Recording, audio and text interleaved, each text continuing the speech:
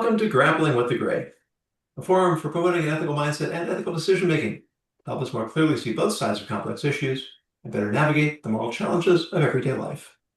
I'm Rabbi Yonason Golson, and I would like to welcome my guests. With me today is Natalie Parker, who is Senior Executive Leadership Coach and Consultant, helping companies increase their impact by creating healthy cultures and unleashing the power of people. And Wyman Winbush, also known as the Wisdom Broker, was a U.S.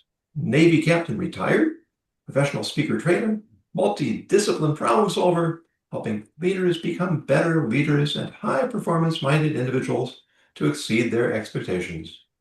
And I'm sorry to say that our other guest, Phyllis Amokwe, has been having technical difficulties. I hope she is able to join us in the middle of our conversation. But we'll start off with our current guest. So here's the topic for today. Congressional gerrymandering has been going on in America for over a century. Originally, it was used to marginalize Black voters by lumping them into homogeneous districts, thereby diluting their political influence state and county-wide and countrywide. Lately, it's become a weapon of Republicans against Democrats and Democrats against Republicans.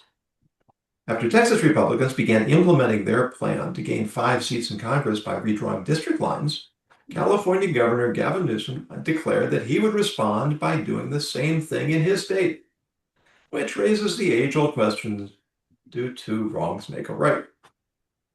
In fact, Texas could make, and has made, exactly the same claim. Massachusetts has had 5 Republican governors out of the last 7. Yet the state doesn't have one single Republican representative. 40% of New Englanders historically vote Republican, yet they have virtually no representation in the House. Arguing they started it is hardly a strategy to effect meaningful change. The 2019 Supreme Court decision not to interfere in state redistricting may have been the right choice with respect to legal principle, but it left the door open to the kind of political range war we're witnessing now. With the existence of various software systems to guide honest map drawing, it's a matter of will rather than way. If leaders continue playing one identity group against the other to protect their own power, how is democracy supposed to function?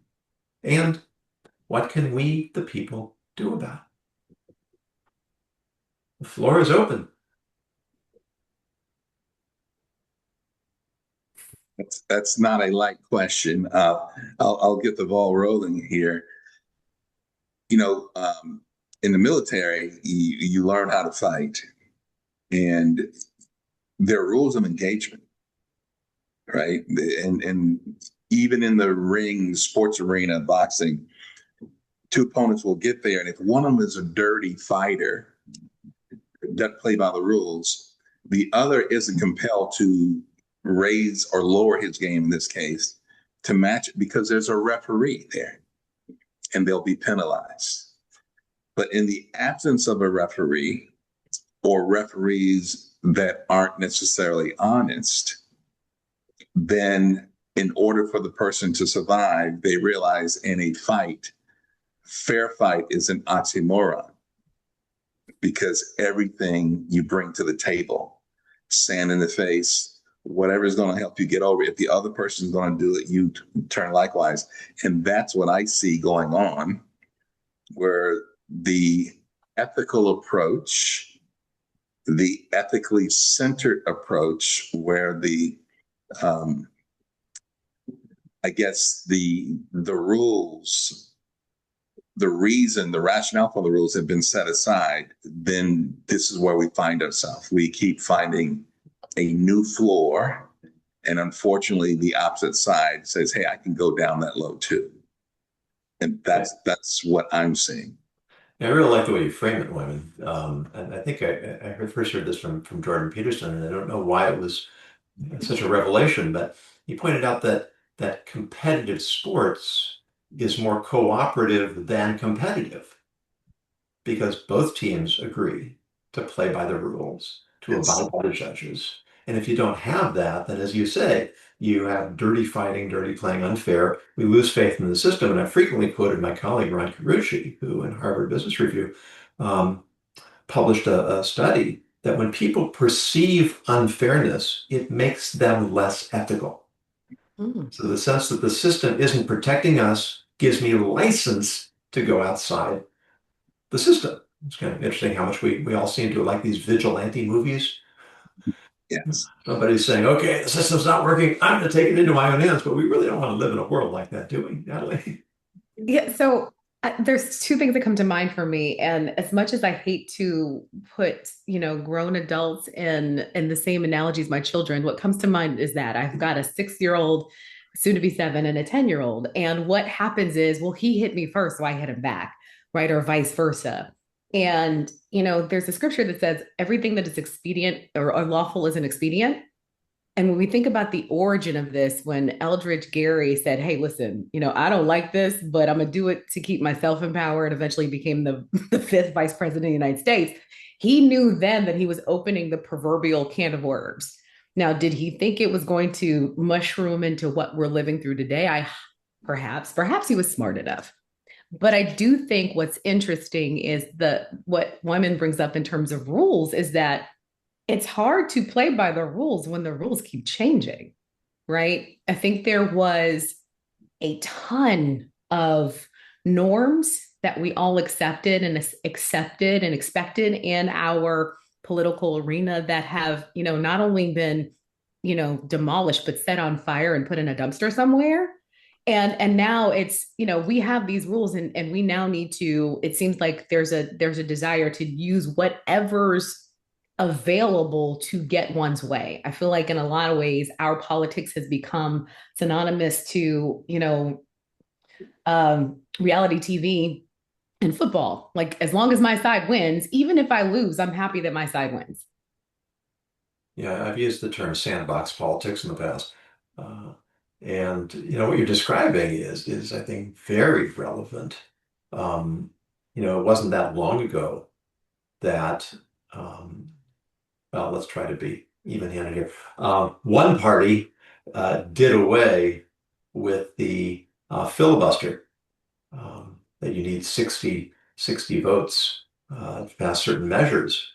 And predictably, when that party fell out of power and the other party started taking advantage, they started screaming, well, that's not fair. Well, of course, it would have been to everyone's best interest to keep that in place. And once it's not, then the process is just degraded one step further.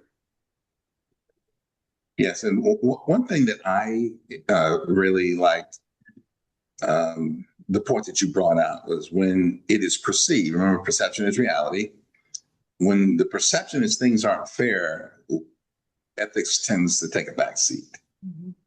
Right. And so we saw recently where a leader got on nationwide TV and said they lied.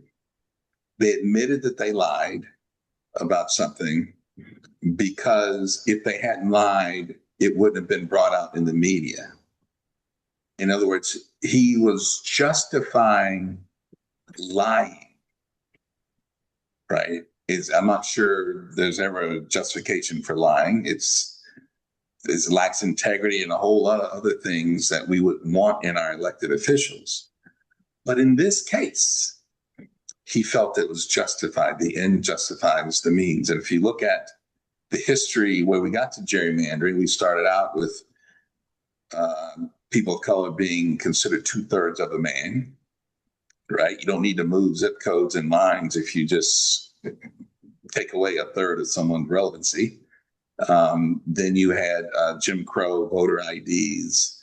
You had poll taxes. All those were designed to do what gerrymandering is still designed to do. Right? The focus, consolidate power, maintain power, right, against a given population. The focus is still the same, and it's being intensified in the means by which we do it. I believe, to your point, when you perceive that you're losing or could be in a position to lose, the bar gets lower. And that's where we find ourselves today. In other words, I'd rather take the short-term win and suffer the long-term consequences because I'm so focused on the present. And that's, I think, a major theme in ethics that we really end up sabotaging our own long-term success because we don't have that kind of foresight. Yeah, and I think, people are generally myopic in nature when they don't have a long-term view of what their current action is sowing to bring to bear later. When you think about the things that we're willing to accept now on September 3rd in 2025 that were unconscionable just 4 or 5 years ago, is really it's a concerning thing, right? To think that we were thumb wrestling over the term alternative facts as a challenge, and now we're just like, nope, I'm gonna lie, and that's okay. Like, where did the line go?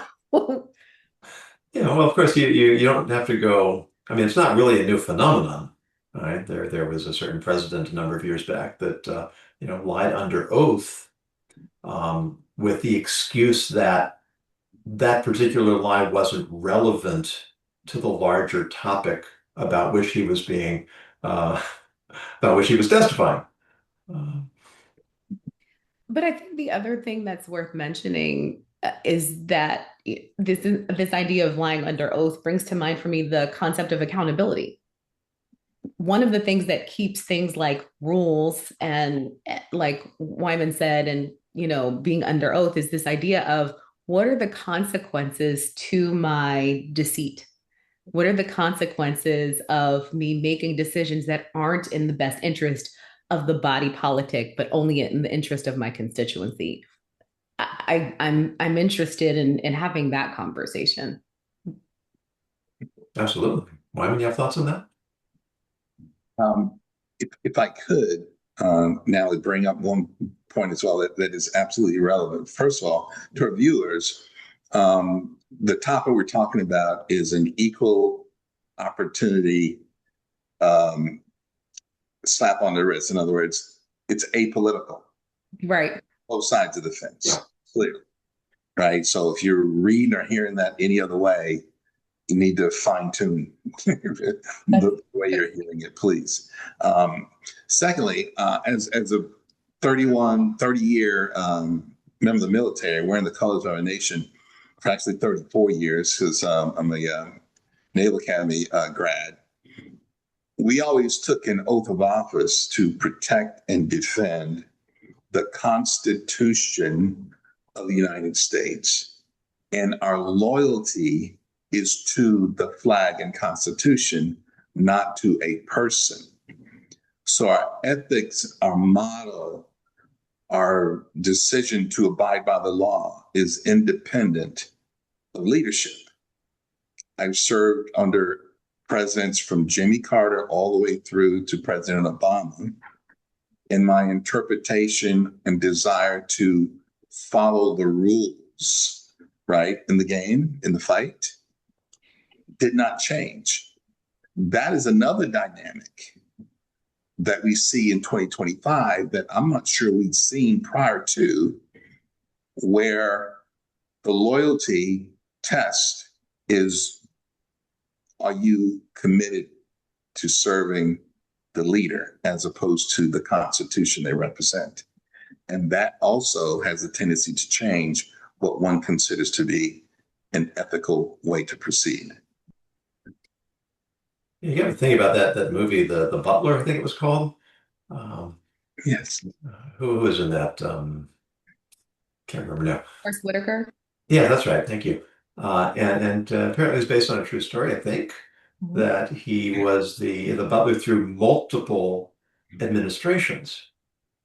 And the particular politics of the incumbent was always secondary to his commitment to serve the office, which I think is how it should be. Absolutely.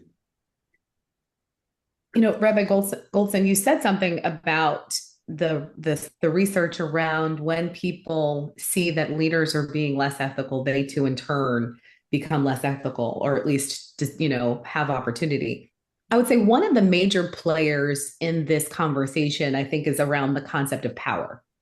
If I am not a person in power and I see that the system is rigged or is being rigged, then what recourse do I have if the normal means are not working? And that's why we see things like civil disobedience and those kinds of things. But so my question would be, if the parties that are currently in this battle, what's the recourse to the party that's not currently in power? Do we just say, okay, well, my ethics, my integrity is going to tell me not to do that because it could get worse, but we will allow, what's happening, although we know it's incorrect, when we know it's wrong, to allow, like, I'd be curious to hear what you all think about that. What's the recourse?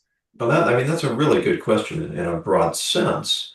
That one of the episodes we had a number of years ago, and back when my revisiting it was talking about the Dred Scott case, that the Chief Justice was actually someone who was against slavery, but he felt it was his obligation to rule, and the court was their obligation to rule according to the way the law was written, even though he believed the law was unjust. And I think that speaks to your question, Natalie, that we have ethical principles that in local situations may not serve a larger ethical reality. Do we abandon the principles to try to engineer justice, or do we end up creating a worse problem in the long run by not waiting for the reality to catch up with the principles? I don't know if there's going to be an easy answer to a question like that. Yeah, it is a difficult. It's hard to get your arms around that one, but if you consider this, our democracy, our Constitution is still a work in progress, right? Every time there's an amendment, right, that is an adjustment to what someone recognized long ago was not perfect. And there are laws and procedures to make those adjustments as we go. If we get impatient and say, I'm not going to follow the rules, that's a greater threat to democracy than the flaws that are in the Constitution. And so that's, we've seen an appetite, if you would, for that behavior. And that's, to me, concerning. And it becomes more legitimate the more it happens. Apparently, Phyllis couldn't make it through the technology, but she has joined us in the chat. I'd like to read her comment here. To Natalie's point, it can be argued that if you refuse to accept bad behavior or to engage in bad behavior, you risk rewarding it. I guess if you refuse to call out bad behavior, I think is what she means, you risk rewarding it. What is the disadvantage marginalized group to do if they keep playing by the rules and keep losing? I think that's very much the problem you were posing. I didn't lose my train of thought here. Just take it back to gerrymandering for a moment. Apparently there is software now that can be used to draw equitable maps that represent the constituency of the entire state, county by county or district by district, in a way where people will feel that they actually have representation. And yet, we don't see this as being used in many places. So again, to your point, Natalie, if I'm in the majority party, I can look at it and it's time to redistrict, or maybe I'm inventing it as time to redistrict. I have two choices. I can say, I'm going to redistrict it in my favor in order to take advantage of my time in power. knowing that it's likely that the other side will do the same when they're in that situation. Or I can say, I'm going to take advantage of being in power to draw a fair map. And then I'm going to hope that the other party will say, well, we have to follow suit, or if they don't, that the voters will hold them accountable. But I'm not sure there's that confidence in either the other party or in the voters. Well, if you gerrymander the map and then the voters are different, you can't hold them accountable. It's literally like in the wheels on the bus go around. It's like the chicken and an egg, right? I think that one of the real challenges to the conversation of gerrymandering is political service for what? What are you serving for? Right? Are you interested in serving for the good of the population or just your constituency? And I think it's a very paternalistic perspective when either party will say, well, I'm going to stay here and I'm putting myself in position because I know better than the body politic. That literally, in my perspective, violates the Constitution and democracy itself. And because of that, I think we see a lot of the unraveling and the distrust in the system. People don't trust the system. And we can argue thousands of reasons why, but because they don't trust, that then diminishes the number of people who vote and distances them from the meaning and the emotion of it altogether. Yeah, I agree. There was a time where not just politicians, but individuals, their integrity counted for something. To get caught cheating was just horrible. Now they don't care. Now they say, hey, it's a short news cycle. They'll move on to something else quick enough and forget all about it. Right. And so in the case of, there are tools, AI assisted tools that can help you put out a map that is fair. And theoretically, if you put out something that deviates from that significantly, you should be held accountable. Why the difference? Why are you so far off of center when it's fair? But you know what? Even with the technology, if they were presented with this in this environment, the politicians would not care. What they would say is, hey, I'm in power. If you don't like the rules, you should change them. Right? If you don't like the rules that are given to me, I'm just playing by the rules. I'll play by a different set of rules when you change them. And they say that about tax law and everything else. And they say, hey, don't blame me. You know, or the street committee would say, don't hate the play or hate the game. Right. Okay. And so that's where we are with politics. I would add, if I could, Wyman, I think the other challenge is that defining fairness when it comes to the devices that we're going to use, right? So when you think about the software and what have you, there's tons of research around how software doesn't necessarily pull representation well, right? So if we're defining fairness, is it age, gender, ethnicity, socioeconomic status? Like, how are we defining that? And who owns the software? Because, big data is winning, and whoever wins big data wins. And that's usually not people of marginalized groups. So I'd be really interested to, as much as I would love and would love an independent resource, right? I think one of the biggest challenges is that the people in charge get to draw their map like they want to. And it's, kind of like sharing cake with my daughter, like you get this little piece and I get this big piece, right? People are typically going to operate in their own best interest first before they try to be benevolent or, communal. If we can, at least assert some of that is true, then how do we qualify fairness in a world now where DE&I is not something that we say out loud in America anymore, where fair is definitely subjective at best, right? I don't know. I'm curious about that. Yeah, and Natalie, the thing I was contemplating and considering when you said that, the constituents will get mad at politicians who don't fight the same way the opponent fights. You need to be a little bit meaner. You need to be a little bit more harsh. Let's take negative campaigns, right? Negative campaigns prey on fear, doubt, and uncertainty. And if you have a poster child or a constituency usually it's a people or a person that symbolizes all of that, they become the target.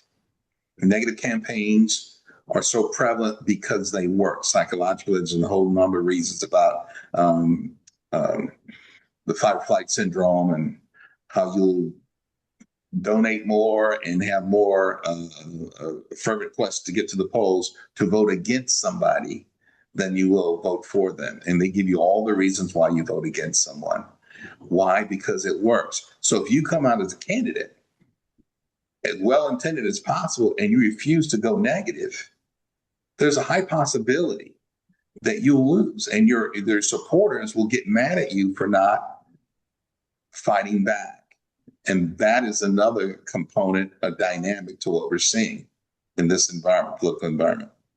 And sure, that has a corrupting effect on the whole system, because anybody who goes into politics with any kind of idealistic vision is either fails or has to make so many compromises, but the time they get to a point where they're able to make a difference, they're now part of the problem instead part of the solution. When you made your comment, Natalie, you reminded me that my wife and a friend started a business together, and when they went to the attorney to help them set up the business, he said, "Well, which of you is going to be, in charge?" He said, "No, it's going to be 50-50." And he said, "I won't do it. I've never done a business 50-50 because inevitably the two sides disagree and they are gridlocked. Somebody has to have the decision making." So they said, "But in the Orthodox Jewish community, when we have a civil dispute, one party picks someone, the other party picks someone, and then those two representatives go together to find a third person, and that creates the court. There were no standing civil courts traditionally." And he said, "That's amazing. I never heard anything like that." And he agreed to do it for them when they explained how that worked. Now, that should be a very common sense model of of approaching conflict with integrity. I agree with you. So there's a scripture in Matthew that says when your brother or sister offends you, you go to them, and if they won't listen, you take a witness, and if they won't listen, you take especially considering much of either side of the aisle professes some level of Christianity. If they just open the book a little and read it, there are ways to get around these things. If there's the will to do it. Yeah, there's a will to do it. But I think that's another part of the challenge is this idea of what do you value? Like, what do you really value? What are your values? What is your character? And the lack of ability to call people out on it, I'm fascinated by people who are attempting to do that in a lot of different arenas that I'm seeing. And, as my grandmother say, people don't have no shame in their sin. They're just like, so what? I did it. Yes. I mean, you've got right now, you've got certain figures in the media. I think of Bill Maher and Barry Weiss, who are really dyed-in-the-wool liberals who have become darlings of the conservatives because of their willingness to call out their own side.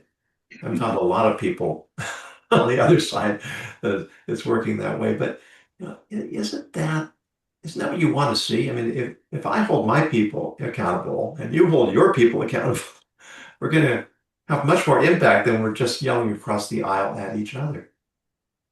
Yeah, I think when we talked about loyalty, whether it's to the Constitution or to an individual, integrity, definitely a lot of people say integrity has one's ability to do the right thing when no one's looking, right? But when it comes to theological integrity, to me, that means what you do is in 100% kingdom alignment. Agreed. It's in alignment with the word of God, which means there's no room for lying. There's no room for, a lot of the things that are the antithesis of what some people call the fruit of the spirit, right? I would say they're just the character of God himself made manifest, and you call those things. And if they're the opposite, then your allegiance is not to God and pleasing God, it's to pleasing the party or the leader. We talk about a nationalist movement, America First. If you look inside, what you see is political nationalism, where the good of the party trumps the good of the nation. And you'll do what's expedient for the party, whether it be gerrymandering or lying or suppressing evidence or whatever you might want to call it. And again, for those listening, I'm not singling out either or party. This is both parties are 100% guilty of this at some point. But our ability to maximize our greatness as a nation is marginalized when we put party over nation. I think that's really astute, and it reminds me of that article I read some time ago, and I think it was in the Weekly Standard by David Golertner, if I remember correctly. And he said, sounds very similar to what you just said, Wyman, that, and he put it in a context that as the United States has become increasingly less committed to religion and religious values, that's created a value vacuum that's been filled by politics. And so the politics is essentially the religion of many people today. But I love the way you just framed that. I can't, maybe I shouldn't say I love it, but I think it's very articulate that once politics becomes my religion, then that is the base of my values. That's where my values come from. I mean, I've gotten to know both of you before we came together this platform, and all three of us are people of deep faith. And I think that makes it easier for us to commit ourselves to higher values and harder for us to comprehend people who don't. I agree. And I think one of the biggest things I found is that, this idea of religietics, where you're, combining politics and religion, is that a lot of the conversation of this deep, dark fear of like, I'm going to run on your fears also comes with, I'm going to run on what these perceived values that I hold personal. And part of the impetus for gerrymandering isn't just power. It's also the ability to legislate my perceived values in my faith, which I think is an extremely dangerous thing. I think, we have to wrestle with very existentialist things that are important, but also realize that whether you believe in Jesus or Muhammad or whatever, that there is an accountability to live out your faith more than you legislate it. And for me, that's a big challenge, where there's a desire of dominance to legislate what I believe personally at risk of violating you. And I have a problem with it. God gave us free will. Yes. Yeah, I mean, I often fantasize about what I would do if I had political power, and probably better off that I don't. But there were certain areas where I would have tremendous conflicts between what I personally believe based on my faith and what I guess the legislative and constitutional values of the country are. And I can imagine it being extremely difficult to navigate between those. Yes. To make a choice that is consistent with the values and the best interest of the country, that goes against my own core beliefs. That's a tremendous compartmentalization. Yes, the longer we discuss this, the more entangled we become in trying to find the solution. But, again, the founders of our Constitution, they put that in there about freedom of religion, freedom to choose your religion for a reason, right? On the other hand, those who are using their are positioning religion for political expediency, right? They say one thing, but the same God that says thou shalt not lie, they tell a lie. That dog don't hunt, right? I mean, that's not going to work.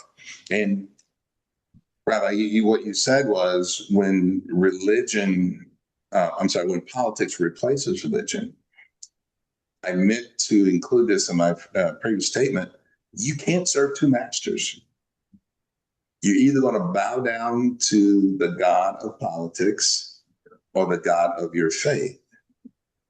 You can't straddle the line. And I believe that's what we see when we see people saying, I had to lie or I had to cheat a little bit here because it was for the good of the party or whatever, right? So that's something I see. And once again, I see it on both sides of the fence. It's not a red or blue issue. It's an issue. You remind me of Elijah's rebuke to the people. How long you're going to keep hopping back and forth between 2 points? You attest your faith in God, but you're busy worshiping idols. You want to have it both ways. And I think that's sort of a universal human condition, is we often do want to have it both ways, even when it's clearly not viable.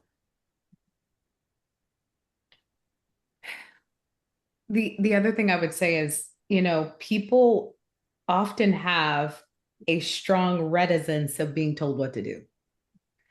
And as we can become increasingly litigious, I find it interesting. You can post all the speed limit signs you want to. People are still going to give themselves 5 to 10 miles over the speed limit. And I think that's part of the challenge is, when do we cannot legislate good judgment. It's hard to legislate ethics. And this idea of all of these things both being contextual, being deeply personal, but having to represent a group of people, I think it's big and it's hard, but I don't know that the politicians should get to choose who they represent other than moving to the district. Well, I think that, and I've talked about this a lot in the past, that I think that most Americans, if you ask them, what is our government? What form of government do we have? They'll answer democracy, which is not accurate. It's a democratic republic. And the way it's supposed to work is that we vote for people that we trust to study the issues, to grapple with the priorities, and to ultimately make decisions that they decide are in the best interest of the country. What we have today is, I want to vote for the person who says he'll do what I want him to do or her to do. But that kind of a mindset, Phyllis was echoing your point a moment ago, Wyman. She said sometimes leaders act not out of personal conviction, but to maintain legitimacy and relevance with their base. It's tough, but that's the reality. And then she has another comment here. She says that from an African perspective, she's from Nigeria, this pattern is very familiar. In some countries, one government bends the rules and the next justifies bending them even further, claiming the other group started it. The result is what an African proverb warns us about. When 2 elephants fight, it is the grass that suffers. Yes. Yes. Yeah. That's a very good. And what is the other terminology? It's an eye makes the whole world blind. Right? I think spot on. And again, I think the question is, where are the people who are willing to not only have integrity, but to speak truth to power? I think we find now a lot of people, it's so hard to get through all of the sound bites and the fires that are burning. And I do think that 24-hour news cycles has killed both our attention span and the quality of the information we receive on a general level that make it hard to have these conversations because people don't spend enough time thinking deeply and then being able to articulate in a meaningful way where people want to hear it. Right? The Bible talks about itchy ears. Like we are in the realm of itchy ears where people want to hear the thing they want to hear to make themselves feel better. Yes, and the science behind that is called confirmation bias. Mm-hmm. The science behind that is the reason why negative campaigns work, because they're going after your emotions, get that amygdala part of the brain to take off running before the logic part gets engaged.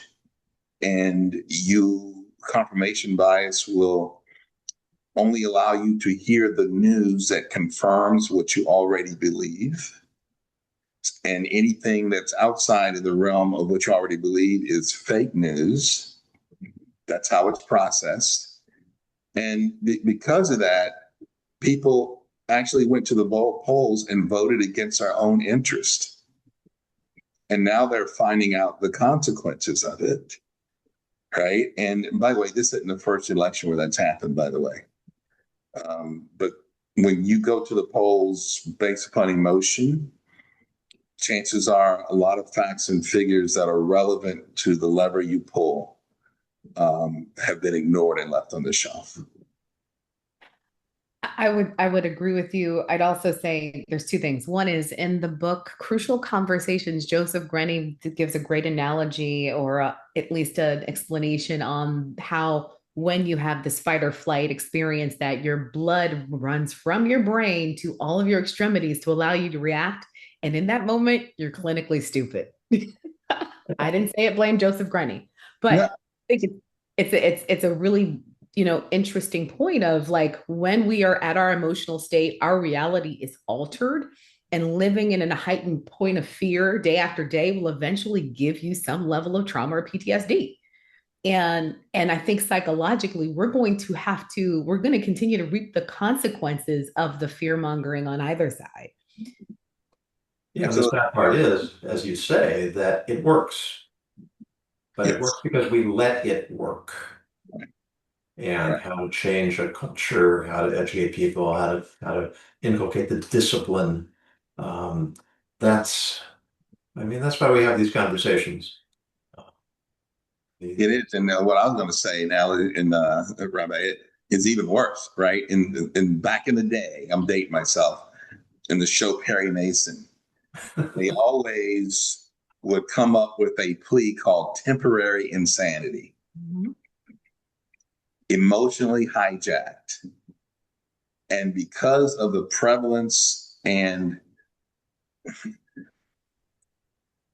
the ads are put together to target that weakness in our humanity, people are voting in a state of temporary insanity and emotionally hijacked.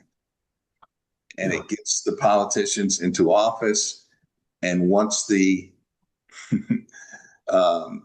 parasympathetic nervous system kicks in, you calm down, you come off of that emotional high, you realize what you've done. And just like in the movies, I don't know what happened. I don't know what I was thinking. I would also say that part of what makes this, that enables gerrymandering to happen and makes us complicit is the lack of involvement at the local level. I think there are not enough people, we're like the president, the House and the Senate, like all of these conversations when, do you go to your school board meeting? Do you know when they're redistricting? Like, do you know when they're doing zoning in your hometown? Like all of these conversations matter, and they matter more than a lot of us have taken the time to be a part of. I was just talking to a neighbor who lives a few blocks away from me. And it concerned her that an intersection near her house did not have a stop sign. And she had seen cars go by there and near misses. And so she contacted the city board suggesting that they look into putting in a stop sign. And she said it was an absolutely surreal experience. They attacked her. They insisted she come to a meeting. There's endless discussion about it. They wanted surveys, they wanted statistics. And you know, she said, I'm just trying to make an observation to make people safer. And why am I getting such flack for doing this? And it's a really good question. To your point, Wyman, about people voting against their own interest. I, for years, have felt that in most elections, I'm given a choice between two candidates, neither of whom is in my best interest or the country's best interest. I've voted third party more often than not in my life because I simply haven't had confidence in the mainstream candidates. I keep hoping maybe that'll catch on as an alternative, but we seem to become more and more polarized. I'm going to wrap up this segment. I just want to finish. Again, Phyllis wasn't able to make it, but she did. Thank you, Phyllis, for joining us in the chat. And I'll just read one of her last comment here. She says she thinks this is where ethics becomes practical and integrity becomes even more critical, because the moment wrong becomes excusable, there's no moral ceiling left. Goes on. So maybe the deeper question is, if our leaders justify their bad behavior by pointing to others, who then protects the integrity of the system itself? And what does that mean for people, whether in America, in Africa, or anywhere else? She finishes by saying, I believe ethical leadership means holding yourself to a higher standard, even when it costs you something in the short term. That's the only way we break the cycle and preserve the possibility of real fairness. I think it's hard to say it better than that. So thank you, Phyllis, and thank you, Wyman Winbush, Natalie Parker. Really, really thoughtful and valuable, important conversation that I hope we will continue. And in fact, we will continue this in just a moment. For those of you who are watching, if you'd like to be privy to the backstage conversation that goes on from here, please go to my Substack, become a premium member. You can have access to those recordings. And in the meantime, as always, we encourage you to continue grappling with the gray.